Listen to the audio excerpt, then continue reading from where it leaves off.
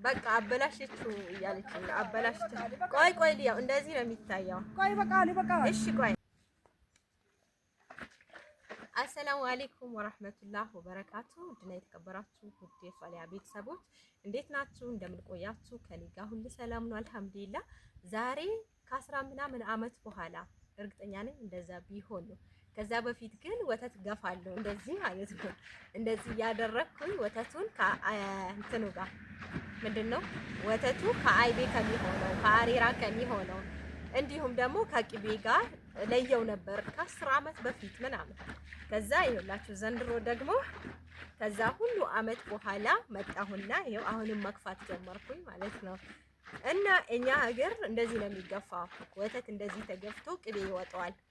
ከዛ በኋላ ደግሞ ምን የመሰለች ደግሞ ባልዲ ነገር አለች። ቆይ ያሳያችኋለሁ ወላሂ እንዴት እንደምታምር።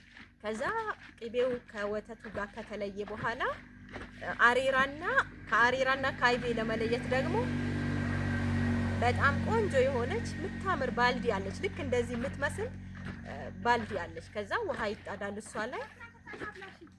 ቆይ ትንሽ በቃ አበላሽችው እያለችኝ ነው። አበላሽችው። ቆይ ቆይ ሊያው እንደዚህ ነው የሚታየው። ቆይ በቃ እሺ ቆይ እንደዚህ ይደረግና በቅቶታል። ማብቃቱን በዚህ እንደዚህ እንየው።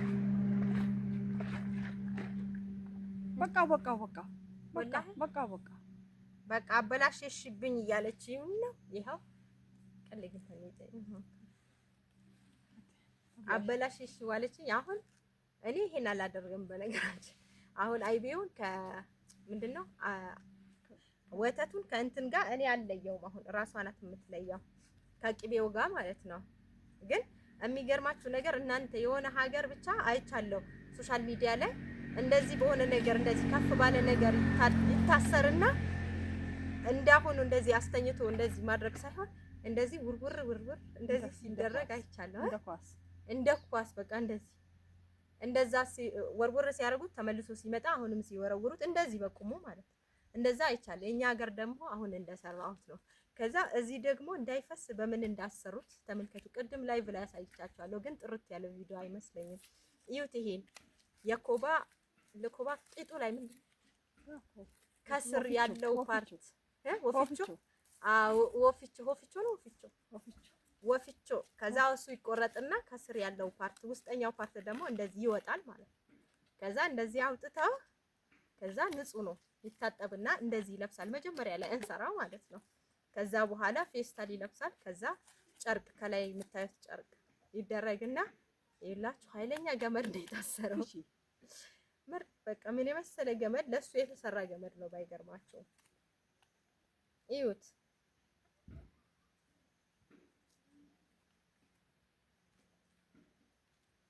ይሁት ይሄ ሁሉ ገመድ የዚህ እንትን የሚሰራበት የሚታሰርበት ይሄ ሁሉ ማለት ነው። ከዛ ይሄንን እንደዚህ ጨርቁ ከዛ አያችሁት አይደል? ይሄ እንዴት እንደሚያምር ይሁት። በቃ ምንም ወተቱን ወደ ውጭኛው ፓርት አያወጣውም። በቃ በደንብ ነው የሚይዘው ከፌስታል በላይ ማለት ነው። እስር አድርጎ ይዘዋል። ፌስታሉ ያው ጥሩ አይደለም። ይሄ ደግሞ እንደ ንጽህና ስለሚጠብቁት በዚህ ነው የሚያደርጉት። ገና እርጥብ ነው የተቆረጠ ማለት ነው። ከዛ ይሄን እንደዚህ ያደርጉና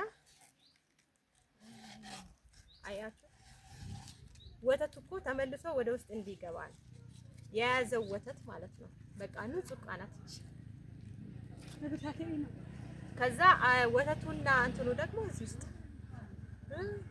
ወተቱና ቅቤው በቃ ተዘጋጅቷል ማለት ትችላላችሁ። በቃ እንደዚህ ቁጭ ብሎ ተዘጋጅቷል። ከዛ ትለየዋለች ማለት ነው።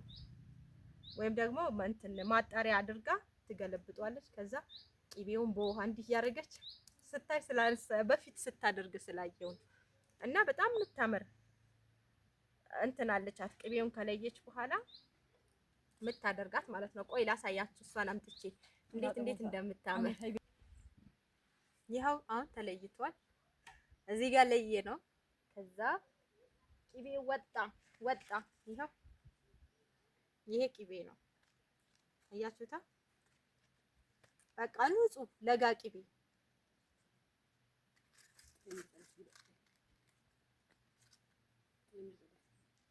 በቃ አያችሁ ለጋ ንጹህ ቅቤ ነው ይሄ በቃ የቤት ቅቤ ማለት ነው። ከዛ አሁን ደግሞ በዚህ በእቃ ይደረጋል በኋላ እና ይሄ ንጹህ ቅቤ ከቤት ተገኘ ማለት ነው። አያችሁ የገበሬ ጥቅሙ አያችሁ። ከዛ ይሄ ደግሞ ተለይቷል። ቅድም ለይቼው አይቤውንና እንትን ቅቤውንና ወተቱ ተለይቷል። አሁን ደግሞ ምን እናደርጋለን?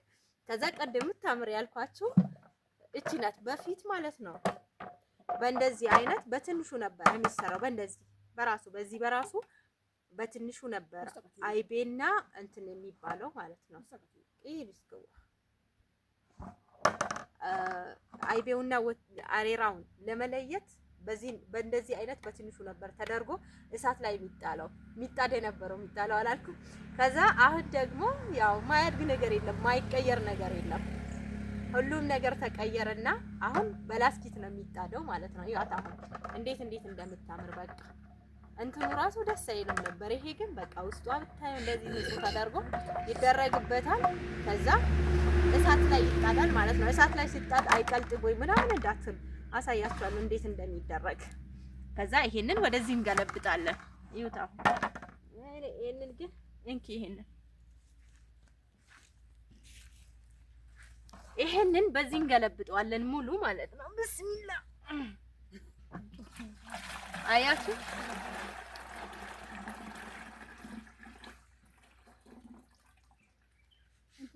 አያችኋ በቃ አለቅ። ይሄ አሁን ታጥቦ ይቀመጥበታል ማለት ነው። ሌላ ወተት በዛኛው ይቀመጣል። ይሄ ደግሞ ክዳን አለው። አሁን ክዳኗን እንከድናለን። የራሱ ክዳን ነው። እንደዚህ ይከደናል።